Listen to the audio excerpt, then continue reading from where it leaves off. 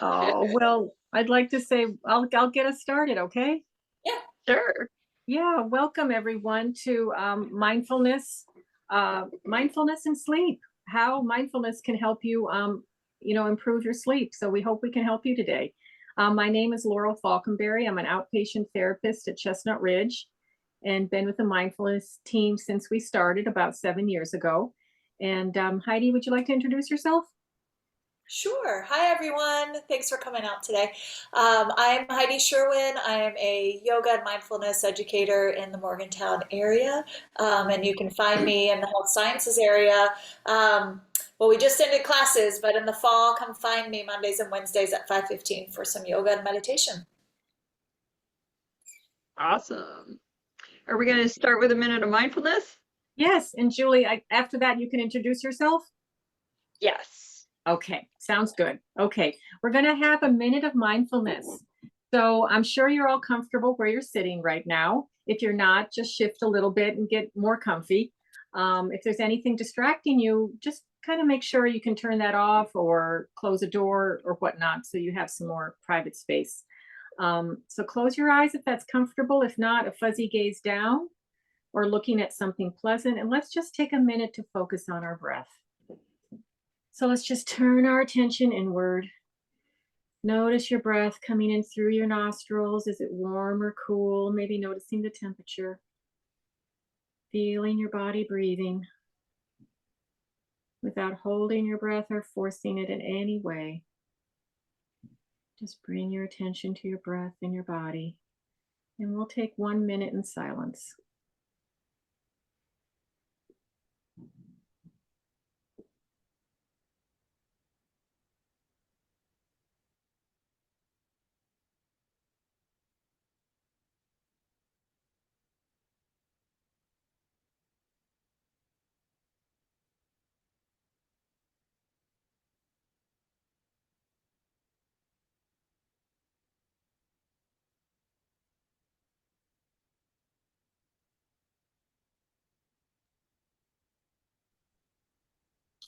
Gently bringing your awareness back to your room and your feet grounded to the earth.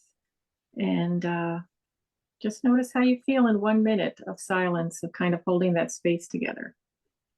Just notice how you felt. And Julie, would you like to begin? Yeah, so thank you, Laurel. I knew it would take a minute, so I'm introducing myself here. I'm in the Department of Neuroscience, but I am also a mindfulness instructor. And I'm going to be presenting some science because it's knowing about how your brain works at night is half the battle. And I think that there's some really interesting research here. We really wish that at night we'd have like happy thoughts about, I don't know, puppies and kittens, but our brain often throws us, you know, weird memories from the past or thoughts that really get us worked up, right? And we're like, what brain, what side are you even on? And understanding that we have a greater tendency to ruminate at night. Ruminate means when we kind of chew, it's named after ruminant animals that chew their cud. You have things that might have happened during the day or maybe in sixth grade, or maybe where you start to like chew on it and be bothered in a way that you might not be bothered during the day. So an example of people have inventories to assess, like, are you a high ruminator or a low trait ruminator? These are a couple questions. Like, I get worked up just thinking about things from the past, or I remember things that upset me and it makes me angry for a long time after. Those types of qualities make one a little more vulnerable to sleep. I am a high trait ruminator. Mindfulness has really, really helped with that, but it hasn't completely cut it. So have realistic expectations. You're all starting at different places. Rumination, if left unchecked, can exacerbate or even start a depression or anxiety symptomatic train because it's linked in with the networks that are related to depression and anxiety. So if you find it hard to get to sleep because you're ruminating, there's some research about that. So rumination, people who are higher, answer, yes, that totally is me. I'm a high trait ruminator. They tend to have problems when they're stressed. So they did a study on people that place them in a high social stress situation. They had to give a speech in front of these judges that were like stone cold faced and giving and criticizing them and just basically tearing into them. And then they measured their sleep that following night. And in the low stress condition where the judges were like, oh yeah, it's fine, everything's cool, great job. No difference in the two groups. But after those judges were, judging a high trait ruminator. So if one, notice yourself, if you have that kind of tendency, that can cause problems with sleep that following, so if you have stress, that is going to be more of an issue. And there's ways that you can benefit from mindfulness because of that. In general, the brain is a little funky at night. Does anyone ever notice that their brain is strange at night? You have maybe even more creative thoughts, so there might be some good things that happen, but sometimes the flip side of that is some unregulated stuff. And researchers have come up with this mind after midnight hypothesis, which I really like. You think you've woken up at night and you think you're awake, but not all your brain is awake. Just parts of it, and lots of it is kind of half asleep. And why it's asleep is so that it can be cleaned. During the day, you produce a lot of neurotransmitters, and there's kind of byproducts of using all the energy and brain chemicals of the day. You have a bunch of cleaner cells that, are like, after the festival, you got to clean up that stuff. And when we were talking about this in the past, Heidi was just like, you can't use your closet when you're cleaning it, and maybe you can, but it's hard. Like, oh, shoot, I got, I need to find that blue shirt and it's just a big pile, So one of the areas that goes to sleep is the prefrontal cortex, which puts the brake on your emotions. So your brain doesn't have the brakes, might have a little bit of brakes, but not the brakes it normally has in terms of escalating some kind of thought or worry or concern or panic or paranoia can start to have wheels, and you might get very sad or very upset or very angry. And then you wake up, I don't know if any of you have had this happen where you wake up in the morning like, why was I so worked up about that? It doesn't make sense. After midnight brain is the answer. And, people often feel that sense like, I'm kind of panicked. I want to escape this unpleasant brain. So how can knowing about the midnight brain help? Well, the mindfulness and the science findings can allow you to prepare. That meta-analysis that comes from doing mindfulness, where you become aware of your thoughts, aware of your emotions, can help you recognize, ooh, I know that kind of thinking. That's midnight brain thinking. And then you accept that, hey, I don't have to, I might not be able to completely control it, but I know that, there are certain ways that I can wrangle or hack my midnight brain so it doesn't work against me. First of all, knowing that if you come up with a thought and it feels so real and it can't be trusted. Even, sometimes you will write something down and in the morning be like, oh yeah, that was a good idea that I had in the night. But sometimes you're just like, that person has it in for me because of this X, Y, and Z. And you become so convinced, and your amygdala left unchecked is putting your body into a very stressed situation. So you're getting this feedback that feels like, ooh, I should be really worked up about this. I am really upset. Well, maybe it's just your midnight brain. So if you notice like, oh, I'm just such a terrible person. Sure, midnight brain, let's get you to bed. Just having that kind of gentle approach that, it's almost like you're a little bit of a different person. You've got that one light bulb on, so you feel awake, but a lot of light bulbs are off. So you can make a plan. Knowing is power. Set up some safe things that you could do. Maybe you have a book by your bedside or in another room. Maybe you like to create art or do some of the yoga and mindfulness. You lay out a nice little meditation area or a yoga mat. And so you know, like if I wake up and it's been more than 30 minutes, I'm going to get up and do one of these things. And then decide on a couple options that you might go to because your decision-making capabilities are out the window. You can't trust them. So you might choose to watch some kind of real political thing or a real violent thing that gets you even more awake, right? Or read the email, whatever that email is, right?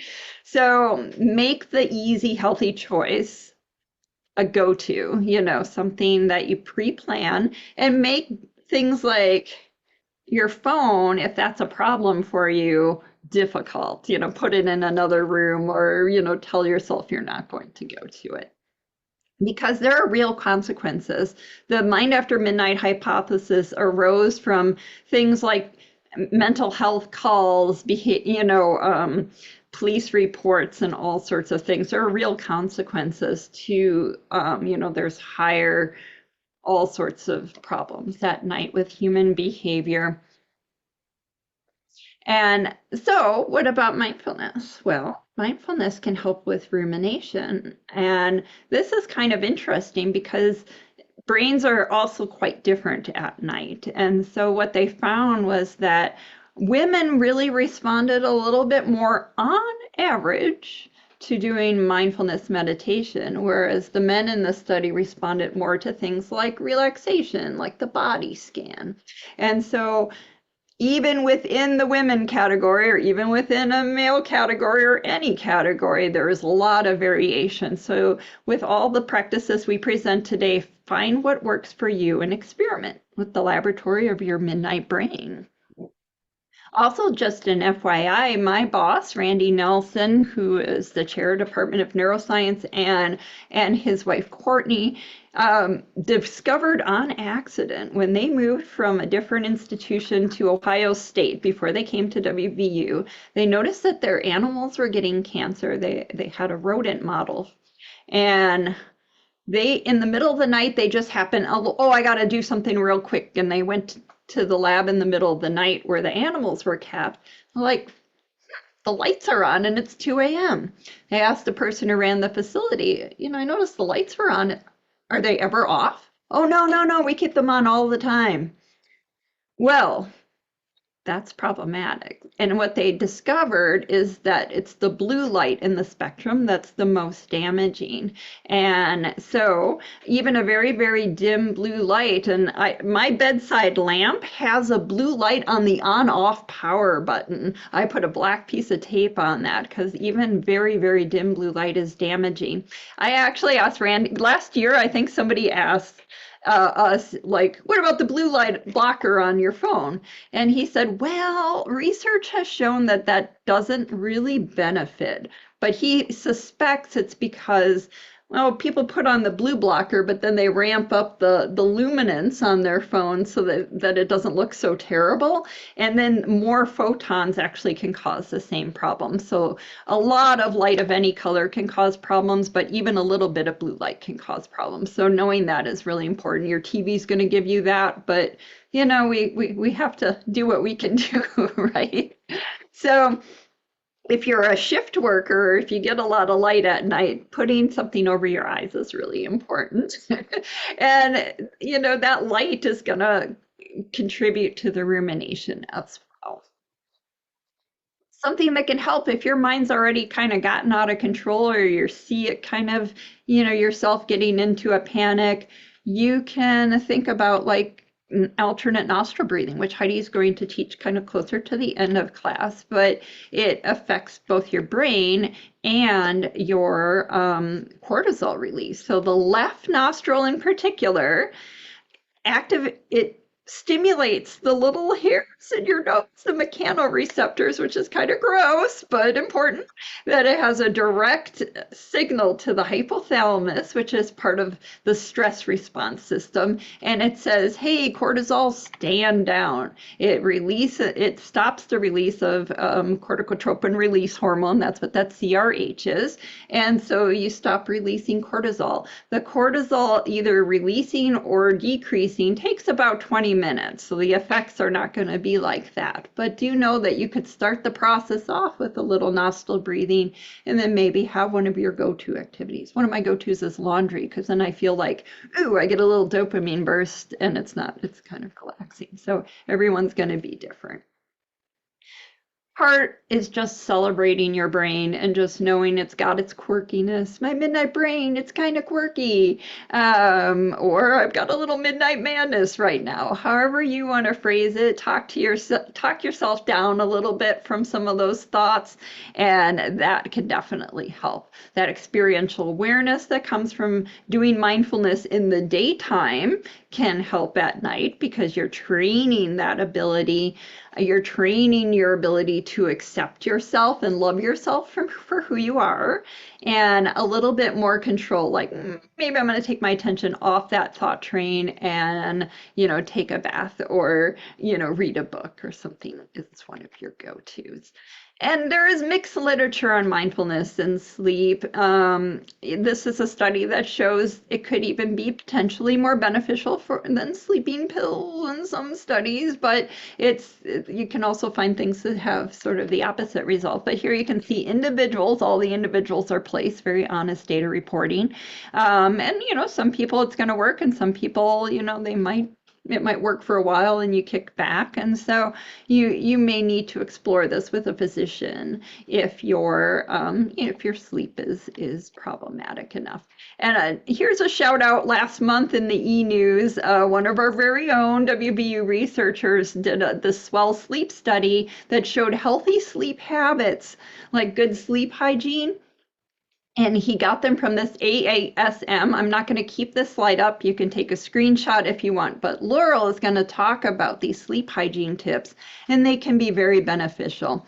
Mindfulness may not fix everything. It may be a combination of many of these things. So I'm going to stop my share, and we're going to talk about those healthy habits. Julie, could you put that back up on the screen for a second, please?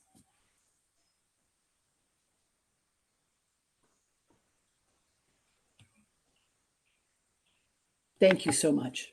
Yeah. And Julie, you could leave that for a minute and I'll start talking about them. Sounds good. Sorry, I had muted myself. Okay, great. Yeah, I'll start with this list and then I'll move into some of my own points. So as you can see, keep a consistent sleep schedule. And I bet most of you have heard that throughout your life. And your body tends to want to do that unless we force it to do otherwise. So keep a consistent sleep schedule. Set a bedtime that's early enough for you to get at least 7 to 8 hours. Some people swear they're a 6-hour sleeper. We're all different. And then my daughter says she's 9 or 10. So I guess the average is 7 to 8 is what research shows. So don't go to bed unless you're sleepy, of course, right? If you don't fall asleep after 20 minutes, get out of bed, what Julie was talking about, those things to do. And you'll find, and I'm sure you have found what it is good for you to do. And like Julie said, please don't go to your phone. Do anything but going to, a phone or a computer. So many reasons. So many reasons, right, Julie? Yeah, and we're gonna all share. This is something, is dear to our hearts. So we're all gonna share with this together. Use your bed for only sleep and sex. Yeah, try not to watch TV or do work in your bed. Make your bedroom quiet and relaxing. Keep the room comfortable and cool temperatures. Yeah. Limit exposure to bright light in the evenings. Turn off electronic devices 30 minutes before bedtime. And that has research behind it. So it's real, right, Julie? Oh yeah. That light that comes from electronics is the most damaging to your security rhythm and the So, cleanup process of your brain. wow. Wow. When you think of your poor brain cleaning up, I mean, that just helps. Oh, brain, brain. Don't eat a large meal right before bedtime. Yep. Exercise regularly, maintain, a healthy diet, of course. Avoid consuming caffeine late into the day. And I'm sure you all have experience with that if you drink caffeine. Avoid consuming alcohol right before bedtime and reduce your fluid intake before bedtime. I know I have to kind of stop drinking water around 7-ish, or else I'll be in the bathroom a good bit of the night. um, Julie, were you going to say Oh, something? there is a question from Abigail. The blue light, Mhm. having the TV. So I also sometimes watch TV at night. That's where I kind of said you kind of have to work. I've always had trouble sleeping, so mindfulness has helped a little bit, but it doesn't completely. So I have a couple go-to shows, so I know that I'm not going to choose something with Midnight Brain that's going to rile me up. So that Mhm. sometimes can be beneficial. So if the benefit of distracting yourself from TV outweighs that cost, just you have to kind of weigh those benefits sometimes. Right, right. Now, coming from a psychological point of view, from where I'm trained, is to watch your self talk around sleep. Be careful not to label yourself as a bad sleeper. Like, oh, I don't sleep well. I'm just a bad sleeper, because that is going to affect how you sleep, definitely. And it's going to be hard to reframe this, but I encourage you to reframe that I'm doing my best. I'm doing my best to help my dear brain, to help my dear body, my heart, my organs, my soul sleep and rest and recuperate. So trying to let go of that judgment of I'm a poor sleeper. I just don't sleep well. Really, that has a big influence, because your intentions, what you set your intention for, is powerful. Notice that throughout the day. In the morning, have an intention of a morning. I intend to feel more peace today. I intend to choose peace over fear. I intend to walk more mindfully. I intend, make some simple intention for your day, and also with your sleep. I intend to have a peaceful night's sleep. I visualize, I see myself having a peaceful night's sleep. We're going to do our best. Talking with yourself, we're going to do our best. We're going to do our best at this. So reframing is very important, and watching yourself talk. And you can change that. Honestly, you can. Um, and you can say, I'm doing my best to relax. And Heidi's going to share quite a bit of a few yoga poses. One of them is legs up the wall. It's like kind of scooting your butt to the wall and putting your legs up the wall, and you're flat on your back on the floor. And Heidi will talk about the benefits of that, but that helps me to relax so much. And there's another pose that helps me. It's child's pose. It's like giving myself over to sleep. You're on the floor and you just bend your head over and you're giving yourself permission. You're giving yourself over to sleep. And with worries, sometimes this helps with my clients and myself. Writing down a few of your worries, prime worries of the day, writing them down and saying, I'll get to you tomorrow. Don't worry. I'll get to you. I'll come back to you. Because sometimes we're like, oh my God, if I don't think about it, that won't be good. I've got to think about it some more. And your thinking's going to be faulty. Know that it may not Yes, be all, it may feel like it's a logic sound, but you might find in the morning it's not. exactly, exactly. So, Or right, you do what I yep, do sometimes, and the faulty brain is I'm thinking about it, thinking about it, thinking about it. I'm too lazy to get out of bed sometimes. Well, I'm too lazy, but I'm like, oh, my notebook's right there over across the room, but I'll remember it in the morning. Ah, do I remember it in the morning? No. So I'm like, I write it down. I write it down, even the little bitty thing of like, remember milk at the grocery store, or, do this little thing. If I write yep, it down, it's off my mind. It's like, it's on the paper. I will see it in the morning, because sometimes I have that faulty brain. Of course I'll remember that in the morning. No, I go to sleep, wake up, and get on with my day and forget that one gem of thing to do. yeah, yeah. And sometimes, yeah, if I forget to write some of my worries down and I don't remember them the next day, like, it's okay. The world's not going to end, you know? I mean, honestly. Unless it's something very important, then of course, write it down, please. And then also to think about or write down one thing, small thing that you were grateful for that day, however small. Like, wow, I walked slower today, more mindfully, and I noticed these gorgeous flowers that I hadn't seen before. I was so grateful for that. Like, thank you, Laurel, for slowing down and noticing those flowers. You know, it's that old saying, what is it? Slow down to smell the roses. I should, yeah, Stop and right. smell the roses. Yep, yep. So gratitude, a lot of research on gratitude too, because it's heart-centered. It's a way of saying thank you. Thank you to yourself. Thank you, self, for noticing that today. Thank you, self, for drinking more water today. Thank you, self, for being more mindful on the walk. You know, the little things are so important as we realize as we get older. So I'm sharing with younger folks, it's the little things that can tend to your heart. And heart space and kindness and compassion for yourself is where it all begins. That relationship to you is primary, not your relationship to others, children, spouse, parents. That's good, that's great, but the relationship to you is primary. So let me see. I think I've covered for now what I need to. So let's move on to Heidi. All right. Thank you, Laurel. Thank you for You're that. welcome. I wanted to, as we get going, share, let me spotlight myself here. There we go. Just some of the things. I know that Julie had some images of the eye mask, but here I'm going to teach the rest of the time in my eye mask. So if you think it's silly to wear one, don't, because I'm wearing it right now. Well, Heidi did it on Zoom, so I guess I can do it at night. But having an eye mask has helped me so much. I started using this in grad school a few decades ago. And my husband now uses one too. Even though our room can get dark, we still appreciate just really blocking out all the light. My daughters have, a night light in their bathroom in the hallway, and it gives just enough light, that even though our room's dark, filtering that out. I take it traveling with me. Sometimes I'm in the plane if I need to get some sleep. That's helpful too. I also even in the summertime, I will sometimes get cold feet.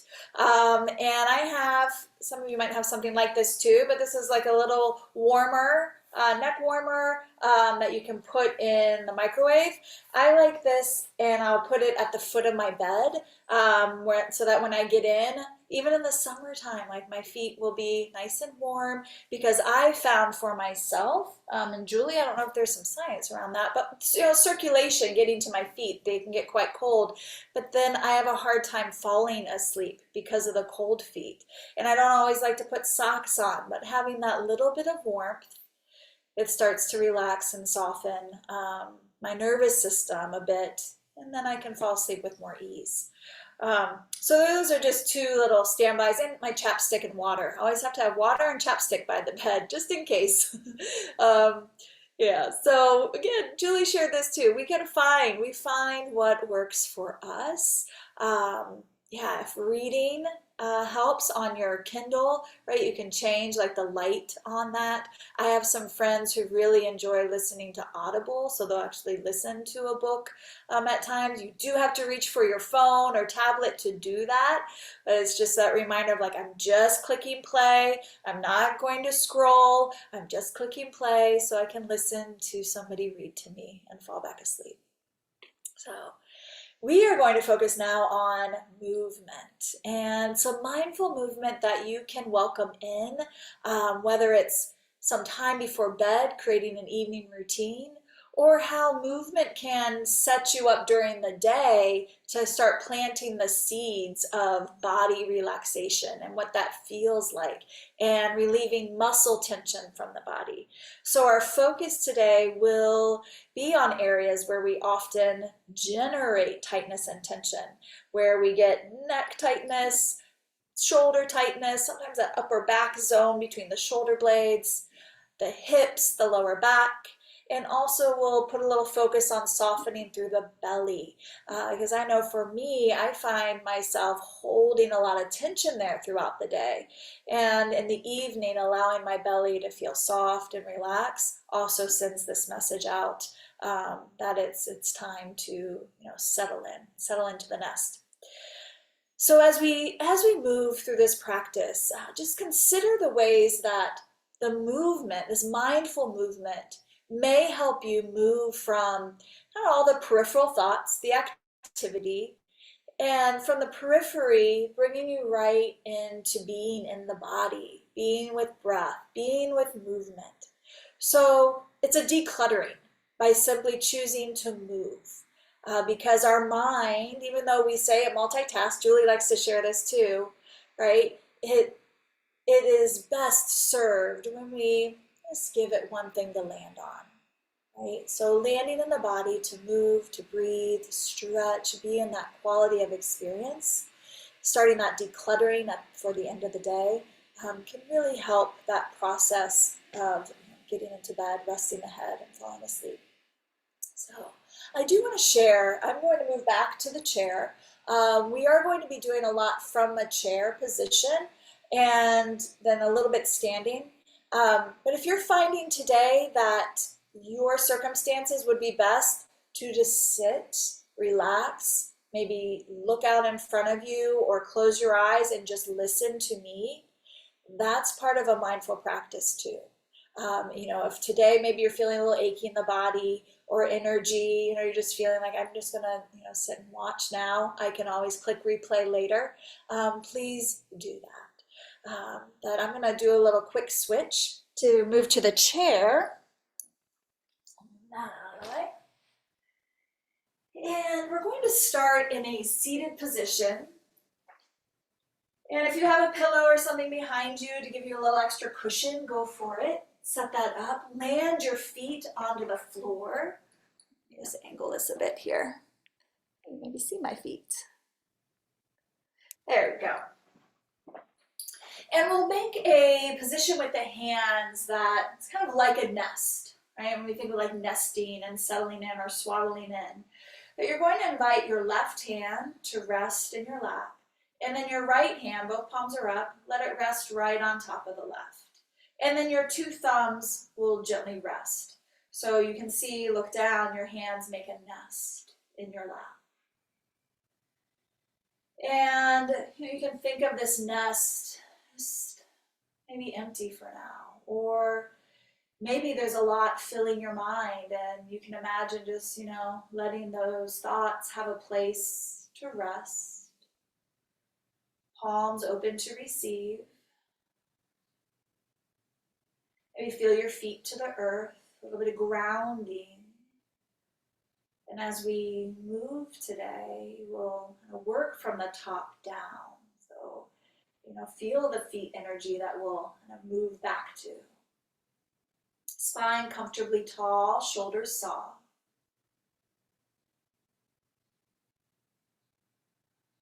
And whether you have at nighttime, a notebook nearby that you want to write things down, or just sitting and thinking a gratitude thought. Or there are a few things that were just heavy on your mind.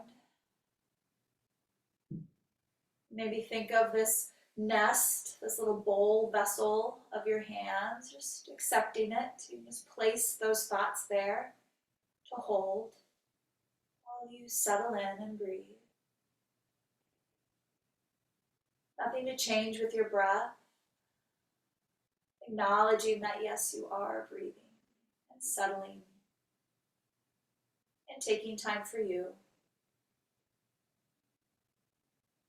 Our nervous systems, it appreciates, it enjoys predictability, routines and repetition that create that rhythm that can help us shift into that relaxation response. So even if you have 5 minutes at night to sit or even stand or get down on the floor if that's comfortable for you and just kind of let the body shift and sway around. Start to mark routines in your day. Just like we do with little ones, we create nighttime routines with babies and their nervous systems start to know, oh, the lights go dim. I have a bath. I have a bottle. I might hear a story, and all those things start triggering that sweet relaxation response, making it just a little more easier to doze off. So here, allowing yourself to settle in. We're here for 3 more breaths before we start to move. It's nice to give yourself a moment to just breathe and be and let the worries of the day, some thoughts of the day, fill this nest. And so it is, and so it is. And now allow your nest, scoop it up, let it open, sweep your arms high. And then as you exhale, release your arms down by your side. And now palms will rest to the legs. Palms can be down. Okay. So in this gesture of and so it is, I give it away to just be repurposed or to be used later. All right. So starting from the top down, we'll start through the head and the neck. Imagine you have a big pencil at the end of your nose and you want to draw some circles at the wall in front of you. So any direction, just start to draw some circles. Eyes can be open or closed. It might feel nice to start real and a little with the circles, and then gradually circles can get slightly bigger. Easing up around the base of the head where it greets the top of the neck, the atlas and axis. Find a little pause, and then a few circles the other way. And getting in that rhythm and repetition. You don't have to count, just letting the body move. The backdrop, the body's breathing. So we don't even have to put our attention too much there. Just feeling the movement. A couple more circles. And now pause and let it be. Pause and be still for a moment. Between that stimulus of movement, be in that settling process. See how you're responding to the activity. And now notice your right ear. Still focus on the neck, and it's going to start to move a little more into your shoulders. Right ear to your right shoulder. Let your jaw feel a little slack. Maybe wiggle your jaw around. Get curious. How does that feel? You might even notice some interesting sensations down the left side of your neck, maybe out into the shoulder. And then if you like, see what it feels like to reach out through the left arm, any amount. Glide it back or glide it forward. And again, if there's an interesting, curious place to land, just pause there. Be in that awakening of sensation through neck and shoulder. And then let it go. Release your left hand. Head will come back up to center. A pause before you change sides. And now left ear to left shoulder. And first, just let the jaw relax, starting to notice the quality down the right side of your neck, right shoulder. And if you wish to add on, release the right arm out to the side. Maybe even glide it around a bit or let it kind of just like swim, and how that gesture very gently adds a little more sensation, freeing up the pathways down the neck to the shoulder. And pause and let it be. Right hand will come back to your leg, head will come back to center. And now here with your shoulders, start to roll them forward and around. So we'll do forward circles first. Really allowing those shoulders maybe to shrug up to the ears, letting those muscles kind of curve up around the neck like a little massage into that zone. And then find a place to pause so that you can now pick up your shoulders and go back in space. Allowing those arms to lift and roll. And in a way, you're creating through the muscle action a little heat in that area. And just think of heat in the amount, that warmth, just like warming things up, releasing out any tightness, tension of your day, letting it roll off your back. And then find a pause, shoulders roll down and release. Just notice how you feel. Be in the quality of sensation. And now we'll start to move a little bit more and adding arms more. Bring your arms straight out in front like Frankenstein arms. And then hold the opposite elbow. It doesn't matter which arm's on top. Arms are about parallel to the ground. Sit up just a little bit taller. And now move your arms to the right. So you're rotating arms to the right as you look to the left. So your neck is turning, your head is looking to the left, while your arms glide over to the right. Jaws relax.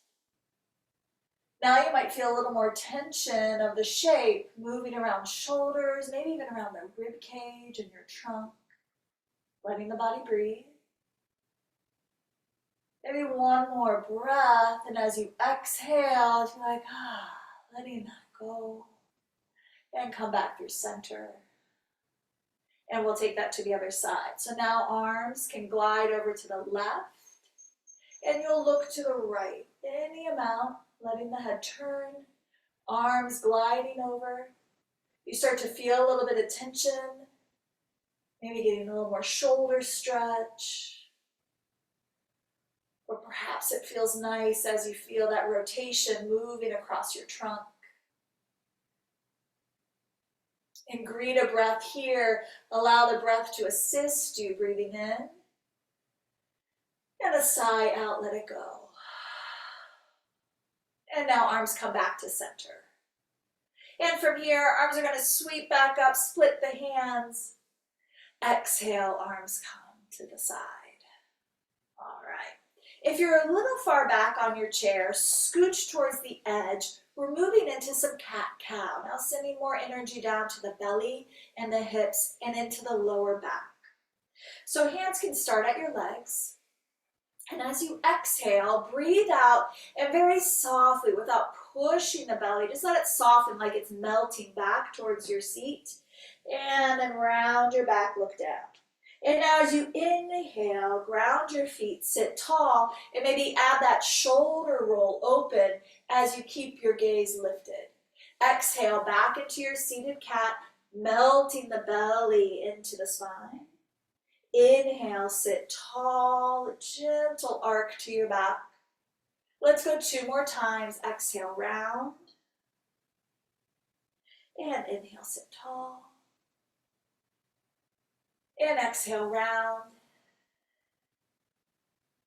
And inhale, sit tall, roll those shoulders open. And now find a little neutral. And pausing there. Notice how your spine feels, maybe a little more into the lower back and hips. And now the next pose we're going to invite in is taking the legs just a little bit wider. So a seated squat almost. So toes are turned out, knees are wide, and now your right arm is going to rest on your right thigh. Give yourself a little buoyancy. So the heart wants to float up instead of sink down. And if you wish, take that left arm, sweep it up, and gaze up softly to your ceiling.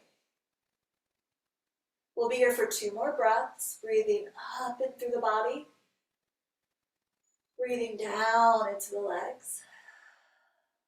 1 more, breathe up through the body, breathe down through your legs. Come back through center and tip yourself over to the side, left arm down. And then again, keeping the heart slightly buoyant, reach up through the right arm. Nice opening here, leaning to the side, freeing up space along the right side of your body. And 2 more breaths, breathe up through your body, all the way up to the right fingers. And as you exhale, think of sending it right back down to your legs. 1 more breath. And exhale. Come back up through center. Both hands to your legs. Pause in neutral as you sense both sides. And then start to walk your feet close together. We're going to take one more posture. As you press into your feet, come to stand.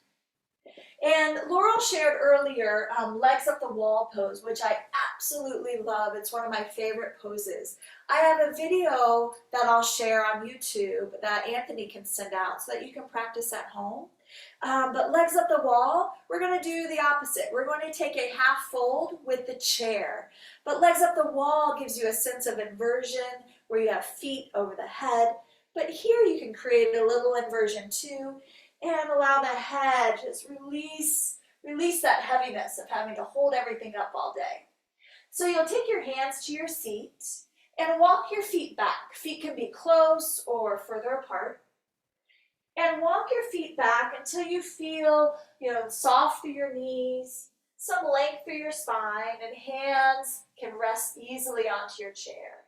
And then your head can either hang right between your arms, or if you wish, let the head drop a little bit and maybe feel the forehead tip lower than your shoulders and arms. Knees are soft, feet are rooted. Getting a stretch for the legs. We'll be here 3 more breaths. If you want a little more stretch, lengthen your legs any amount. Let sensation grow through the legs.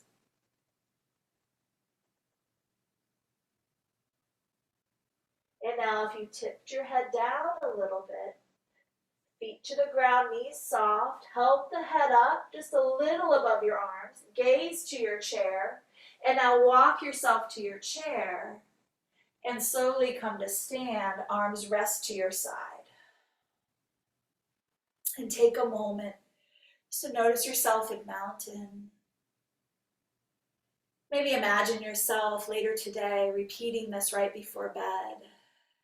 Maybe you're in the family room doing some yoga, little bits of movement to work out the stress and tension of your day. And then here you are in mountain, ready to walk your way to your bed, snuggling in. And now a treat from Laurel. As you snuggle into bed, Laurel's going to do a body scan that maybe tonight you'll have her lovely voice in your head. Thank you, friends. Laurel? Thank you, Heidi. Thank you so much. I'm ready for bed now. Okay, we're going to go through about a 4-minute body scan. I have a longer body scan on our Facebook page and YouTube. Julie, could you type that in the chat maybe for people where to go? We can send it as the follow-up email for those who, when we have the video. Yeah. We'll get that out. Thank you, because this is going to be a much shorter version. So if you're comfortable closing your eyes, you're welcome to, or a fuzzy gaze down, or looking at something pleasant, whichever suits you today. So now let's bring our attention to our breath and our body, feeling it first through your nostrils again, feeling that temperature of cool or warm on the in-breath. And your exhalation through your nostrils is that cool or warm. And allowing your breath to float like the gentle waves on the ocean. Easy in, easy out, nowhere to go, nothing to do but being here present. Without holding or forcing your breath in any way, allowing it to flow during the body scan. If you notice you're holding your breath or forcing, that's okay. Just return to the gentle flow of letting go in each moment. So now let's feel our feet grounded to the earth. And as best you can, bring your attention to your left foot. And notice any tension as we're moving through parts of the body. Just releasing it with every exhalation. So bringing your attention to your left foot, left ankle, left thigh, left hip. Now moving up from your right side, your right sole of your foot, your right ankle, right calf,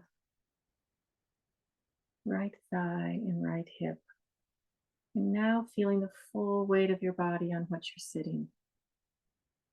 Letting go a little bit more with every exhalation. And as we move through the body, noticing any tension. And with your breath, softening, letting go a little bit more. Now let's move up the back of the body, the lower spine, awareness to the middle spine. Now the upper spine, letting go of all tension. And now coming to the front of the body, coming from your lower abdomen, moving up to your solar plexus. Now guiding that light into your upper chest and heart. Now into your left shoulder, left upper arm, left lower arm, left hand and fingers. Releasing any tension in those areas. Now moving over to your right shoulder, right upper arm, right lower arm, right hand and fingers. Letting go. Now moving your awareness to the front of your neck, the back of your neck. Allowing your breath to soften these areas.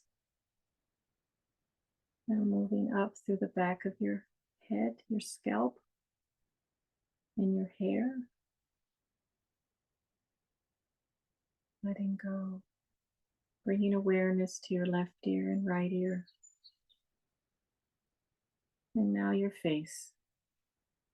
Bringing awareness to your forehead, left eye, right eye, left cheek, right cheek, nose, mouth, tongue, and jaw.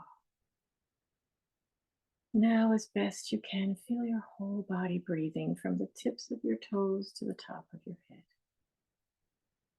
One nice flow of breath. Feeling your cells breathing.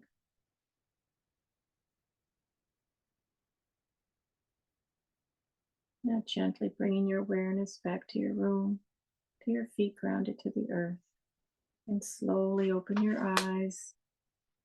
And we'll go into a compassion meditation with Julie for the midnight brain. So very gently, um, after finding that stable mind through your breath, kind of having a mindfulness sandwich here, you just wish yourself kindness. I accept myself for how I am right now. May I be well. May I be rested. May I be peaceful, relaxed, and at ease.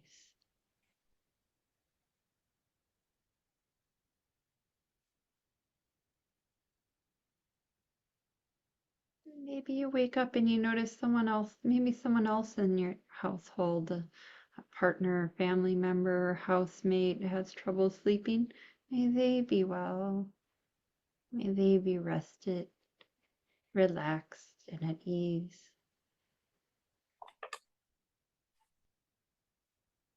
When your heart goes out to someone else, your own positive emotions go up, according to research, and rumination and worries go down. So, concluding with may all find peace, relaxation, rest, and ease.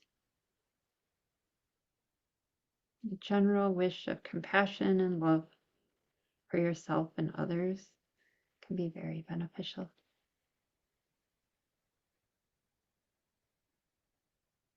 I'm not worrying if it's vague or vivid.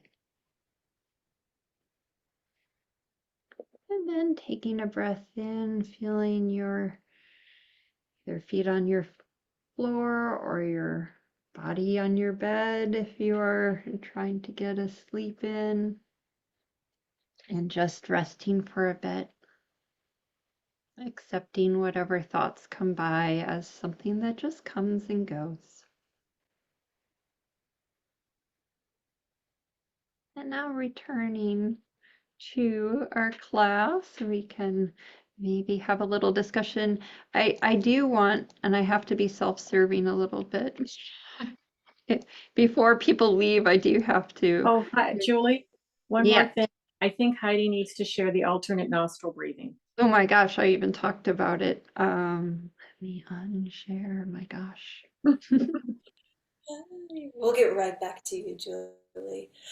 Hi, friends. Try to get yourself back in that lovely nest from Laurel and Julie.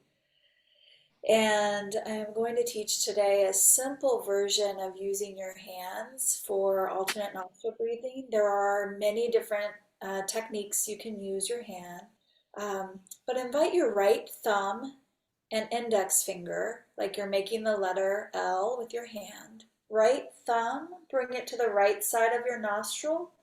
And just like glide it down from the hard bony into the cartilage where it kind of starts to get soft. Don't close it yet, but that's where you want it to land. And now mirror that with your index finger on the left side. Yeah. All right, not closing the nostrils yet. Just settle in, eyes open or closed. Notice your body breathing. Alternate nostril breathing lets your mind focus on the activity. It's like a tennis match, gently volleying back and forth, right to left, tiring out almost the mental activity as you balance and harmonize through the nostrils. So now, as you notice your body breathing, greet and inhale through both nostrils. And now close your right gently with the thumb and exhale out the left. On the left, you'll inhale. And at the top of that gentle inhale, close the left, open right, exhale right. You'll inhale right. At the top of that breath, gently switch, close right, open left, exhale. Allowing this transition to just find it rhythmic. You'll inhale through the left. Nothing to force, nothing to create really long. Close the left, open right, exhale. Inhale right. Close right, open left to exhale. Inhale left. Close left, open right, exhale. And now this time, inhale right. Close right, open left, exhale. And now release the hand, breathe in through both nostrils. Hands rest to your legs. And either exhale out both nostrils, or if it feels comfortable, exhale out the mouth like a sigh. Inhale through both nostrils, and exhale, let it go. Just notice how you're feeling. You can do this for, I think we did about a minute or so. You could do this even longer. If it is the middle of the night and the mind is going, close your right nostril and let the left nostril breathe for a little bit. And then knowing, like Julie shared, it's going to start to send that message just simply by you closing off the right to breathe left. And then you can let it go and drift on to sleep. So thank you, friends. Julie, would you like to share some more? It's really just so that, we are employees.